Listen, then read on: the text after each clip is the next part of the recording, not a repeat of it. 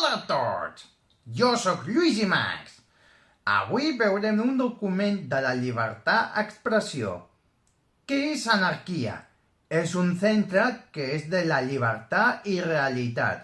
Si fos col·laborat amb monarquia, estaria fàcil. Vols veure original? A baix en la descripció estarà el vídeo. Hem posat subtítol català i ara gaudeix aquest document. A diferencia de sistemas económicos o políticos como el comunismo o la monarquía, el anarquismo no es un sistema social fijo o una doctrina, sino más bien un punto cardinal, una dirección hacia la que se propone que puede avanzar la sociedad. ¿Qué dirección es esa? Las semillas del anarquismo se pueden encontrar en la era de la Ilustración. En el Discurso sobre la desigualdad, Rousseau critica a las instituciones que permiten a los poderosos imponerse sobre los más débiles. Por su lado, Kant defiende la libertad como condición para adquirir madurez. Para Humboldt, todo trabajo obligatorio que no proviniera del deseo de cada quien es enajenante. Con la libertad como condición, todo campesino y artesano puede elevarse a artista, amará su trabajo, lo mejorará con su creatividad y eso cultivará su intelecto y exaltará su placer. La dirección es la libertad. Las ideas de los ilustrados fueron tomadas, pervertidas, diría Chomsky, para justificar el liberalismo capitalista. La aristocracia no tenía por qué mandar sobre el resto de la sociedad. Debía haber libertad de emprendimiento. Pero hubo quien notó que con el capitalismo las cosas no habían mejorado tanto. Pierre-Joseph Proudhon, uno de los padres del anarquismo, consideraba que, mientras los medios de producción estuvieran en manos privadas, existiría la explotación de los débiles por parte de los fuertes. En su libro La conquista del pan, Piotr Kropotkin expone cómo el capitalismo prospera gracias a la pobreza y le conviene que siga existiendo. Piensa en dos personas prácticamente iguales, pero una de ellas heredó tierras y la otra no. El dueño de las tierras puede darle trabajo al otro, que no tendrá más opción que aceptar o morir de hambre. El dueño le paga lo suficiente al trabajador para que siga viviendo y trabajando, pero vende el producto de las tierras y del trabajo del otro, lo cual le permite acumular capital y adquirir más tierras. La desigualdad es cada vez mayor y el poder de unos sobre los otros crecerá. El anarquismo también está en contra de la acumulación de capital. Si esto te suena a socialismo, es porque así es. En sus orígenes, marxismo y anarquismo eran muy cercanos. Pero mientras que los socialistas como Lenin pensaban que los medios debían ser controlados por el Estado, los anarquistas como Bakunin insistían en que los mismos trabajadores organizados eran quienes debían poseer las tierras y las fábricas. El anarquismo también buscaba alejarse del dogmatismo que caracterizaba a los marxistas. Proudhon le escribió a Marx: «No nos convirtamos en líderes de una nueva religión». La reconocida anarquista y feminista Emma Goldman, al principio entusiasmada con la Revolución Rusa, se decepcionó al ver cómo todos los disidentes eran perseguidos y escribió el libro Mi desilusión en Rusia. Un anarquista es esencialmente un socialista que busca abolir toda jerarquía injusta y toda forma de dominación. Y el Estado es una forma de jerarquía y de dominación. El anarquismo cree en la democracia, pero desconfía de las elecciones. Si la gente que vota no tiene conocimientos, las urnas solo beneficiarán a los ricos y poderosos. La democracia representativa, en vez de ser una garantía para el pueblo, ayuda a perpetuar a una aristocracia en el poder. El anarquismo, entonces, no pugna por el desorden, sino, como decía el ruso Volin, por un orden que no sea impuesto por la fuerza desde arriba, sino acordado libremente, socialmente y desde abajo. Los trabajadores no deberían someterse al Estado, sino ser el Estado mismo.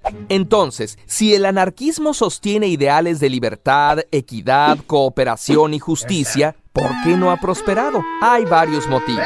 Uno es que sus ideas son consideradas demasiado radicales, tanto por capitalistas como por socialistas. El anarquismo busca desmantelar toda jerarquía impuesta. No se salvan ni siquiera aquellas que los liberales consideran benéficas. Por ejemplo, cosas que vemos muy normales como el trabajo asalariado son consideradas como esclavitud del salario por el anarquismo. A través de instrumentos como la deuda se está forzando a la gente a trabajar. Otro cuestionamiento que se le hace al anarquismo es su preferencia por la acción directa. Como crear un partido político y ocupar puestos de poder sería contradictorio para los anarquistas, estos buscan actuar desde fuera de la institucionalidad. Por ejemplo, a través de huelgas o manifestaciones. Pero también hubo una temporada a finales del siglo XIX en la que algunos anarquistas recurrieron al sabotaje, la destrucción de la propiedad e incluso a matar potentados con el fin de hacer propaganda por el acto, demostrar que las estructuras de poder no son invulnerables. Aunque esos tiempos quedaron atrás, estos actos fueron muy llamativos y le dieron muy mala fama al anarquismo.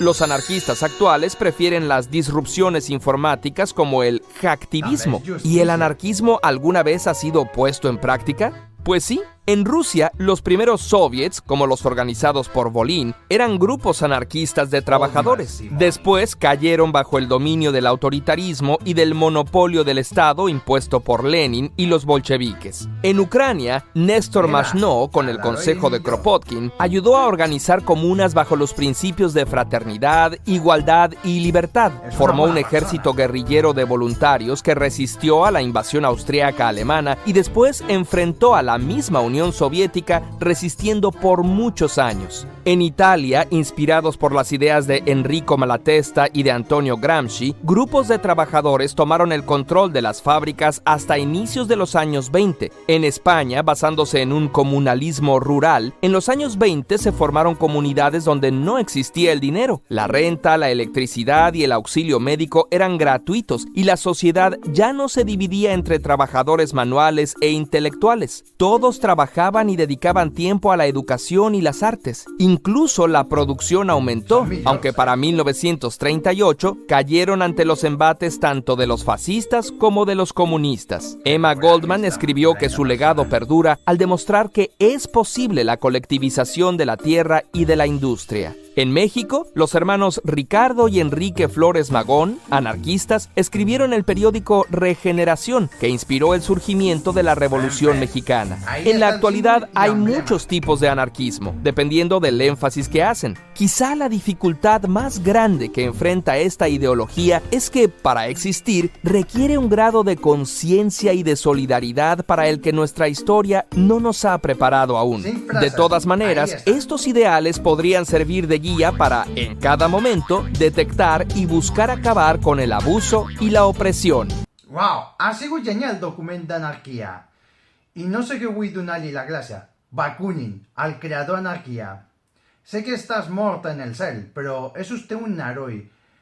Tant de bo, te dono de gràcies amb tu per la seva ajuda per la llibertat d'expressió, un autèntic polític i un democràcia. I si fos en monarquia, estaria fàcil combinat amb l'anarquia. Seria fàcil, però tu sempre ets un heroi. I vosaltres, gent, no vagi a l'esquerra ni dreta, ni capital ni comunitat. Tens tres camins, mort o centre o mort. Mort o anarquia o mort. Agafa l'autèntic camí del de debò. Subscriu-me i m'agrada, comparteix aquest vídeo i gràcies per veure de la llibertat d'expressió, que ens ha agradat molt, i el proper seguirem més interessant per vosaltres de document per veure reacció. O sigui que no tinc més temps i gràcies per veure del vídeo de la llibertat. Adeu!